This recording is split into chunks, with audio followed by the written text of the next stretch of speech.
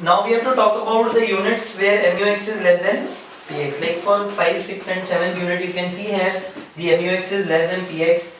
So all these units when consumed, they lead to decline in the consumer surplus. You can see after this unit, consumer surplus has started decreasing. So it is maximized here. So it means that when the consumer consumes only 4 units of that commodity, he will be in equilibrium, or he will be able to maximize his total satisfaction. This is a numerical example. You can simply graph any numerical example. Just take a constant price, MUX declining due to the law of DMU. Okay, you will just have to remember, make any point where these two are equal, and similarly you can calculate at the consumer equilibrium, because the question may be asked, explain the consumer equilibrium of one commodity case with the help of numerical example. So this schedule is to be made. Theoretically, a question may be asked to explain the conditions of the equilibrium, right? So you have to tell that again using the method of elimination, why the other two cases are not, conditions are not the equilibrium, that is MUX greater than PX and MUX less than PX. Now diagrammatically also we can explain this.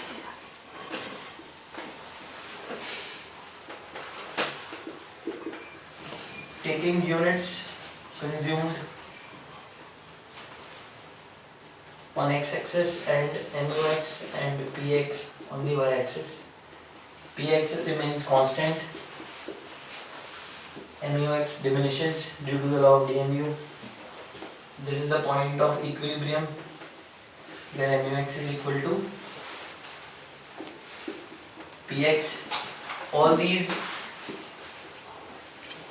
this particular area shows the consumer surplus, total of the consumer surplus or the consumer's gain, because for all the points lying on this particular line, MUX is greater than PX, while this particular area shows the loss of the consumer, because here for every point PX is more than MUX. So this is the consumer's one commodity case. You have to remember it because it's a very important topic, and a question may also be framed in the way that given the price of a good, how would the consumer decide how many units to buy? So again, you have to answer it on the basis of one commodity case, that he would decide on the basis of the marginal utility and the condition. Next we have to move on to the two commodity case. Here the consumer is assumed to consume two commodities, say good X and good Y. You have to remember that here the law of DMU is modified to law of equimarginal utility.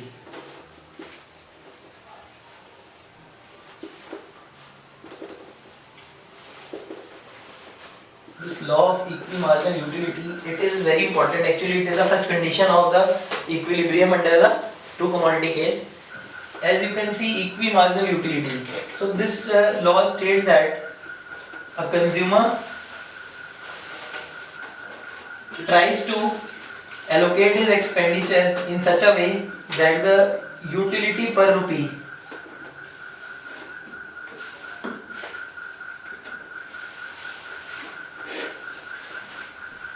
of X is equal to utility per rupee of Y. Already we have done how to calculate the utility per rupee. As I gave you an example, say the marginal utility of a derived from a unit consumed of a commodity is 80 and the price of that commodity is say 10. So it means utility per rupee is 8, that is 80 divided by 10. Or simply you can say that if you spend 1 rupee on this commodity, you will get 8 utils of utility. So utility per rupee of X can be written as MUX upon PX, while utility per rupee of Y can be written as MUY upon PY. Right? And this law says that both should be equal. So you can call it in the various statements, like you can say the ratio of the margin utility to x and price of x should be equal to the ratio of margin utility of y to price of y. You can also say that utility per rupee of x should be equal to utility per rupee of y. They both mean the same thing. This is also the first condition of the consumer's equilibrium under this approach.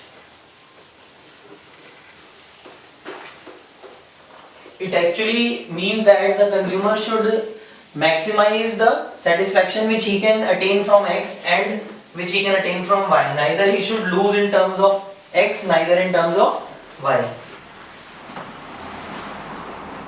So the conditions of the consumer's equilibrium under the two commodity case. First condition, as we said, law of DMU, that is MUX upon PX is equal to MUY upon PY, and second condition is QX into PX plus QY into PY is equal to income. Okay, this you can also call as budget constraint. Constraint means the limitation and budget means the income. So consumer cannot go beyond his income. So first we will talk about the first condition, right? Actually the condition is itself reinforcing, means whenever you disturb the equilibrium, it will regain. As I told you that for explaining a particular condition you have to follow the method of elimination. So here two possibilities become that MUX upon PX is greater than MUY upon PY and MUX upon PX is less than MUY upon PY. Look at this condition. What is it telling me? That if I spend 1 rupee on X, I get more utility as compared to a rupee spent on Y. It is actually the utility per rupee of X, and it is the utility per rupee of Y. So as a rational consumer, what I would do? I would purchase more of X, right? And when I increase the consumption of X, then MUX falls. This I have already studied in the law of DMU. Then if MUX falls, it leads to fall in MUX upon PX. As you can see, because PX will remain constant, MUX, its value will decline. Suppose the value of the numerator is declining, the value of the fraction also declines. And this continues till MUX upon PX becomes equal to MUY upon PY and equilibrium is re-established, right? So these can also be called as the chain of effects. The question would be framed in the form of chain of effects, or the reactions of the consumer if MUX is equal MUX upon PX is greater than MUX upon MUY upon PY, or maybe it may be asked that what chain of effect would take place, or a question may also be framed by giving you the values of MUX. Say they say MUX is 10 and say PX is 2 and MUY is say 20 and PY is say 10. So you simply have to just put in the values, right? Put 10 by 2, that is equal to 2 MUX, and 20 by 10, that is equal to 2. So they are equal, it means the consumer is in equilibrium. While if it would have been 3 and 2, then it would mean that this condition is taking place and same chain of effect. Similarly in this case, just vice versa, in this case consumer will consume more of Y, leading to fall in MUY, leading to fall in MUY upon PY, and till the equilibrium is re-established. This is a very important condition. Questions are often framed from this particular condition, so you have to understand it properly.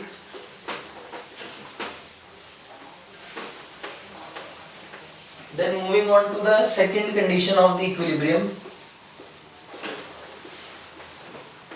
that is QX into PX plus QY into PY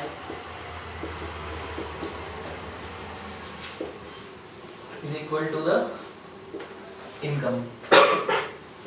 As I told you, it can also be called as the budget constraint. or limitation, means consumer cannot go beyond the income. Again, method of elimination can be used. Two possible situations: qx into px plus qy into py less than the income, and qx into px plus qy into py more than the income. If you have any doubt, you can just understand that qx into px means the total money spent on x. Suppose you bought 2 units of commodity x and price of the commodity x is 3. So it means you have spent 6 rupees on commodity x. Here it says, and similarly for y. So it is actually the total money spent by the consumer, and this side you have the income. This says that the total money spent is less than the income. It means that consumer is not consuming maximum possible, or rather you can say that he is saving the money. And in the consumer equilibrium, in the beginning we said that money should not be saved because it itself doesn't have any utility, it cannot give you any satisfaction. While here it is not possible, because here we are not talking about any credit. You have to spend the money, then only you can attain your equilibrium. So you cannot spend more than your income. Suppose you have 100 rupees with you, you can buy only the goods worth rupees 100 and not more than 100. So these are the two conditions of the consumer's equilibrium under the two commodity case. Questions can be framed from here. Okay, then if we look at it diagrammatically,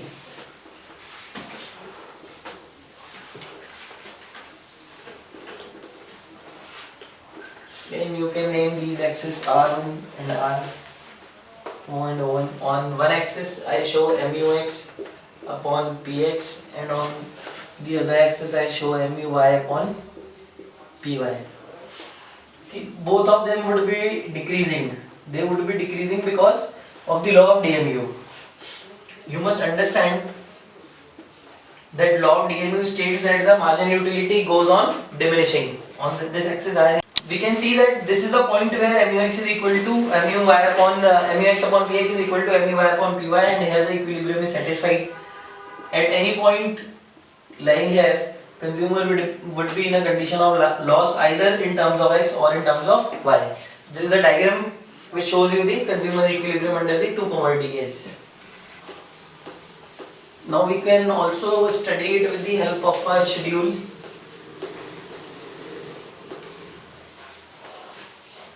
बंद कर दे 1 minute.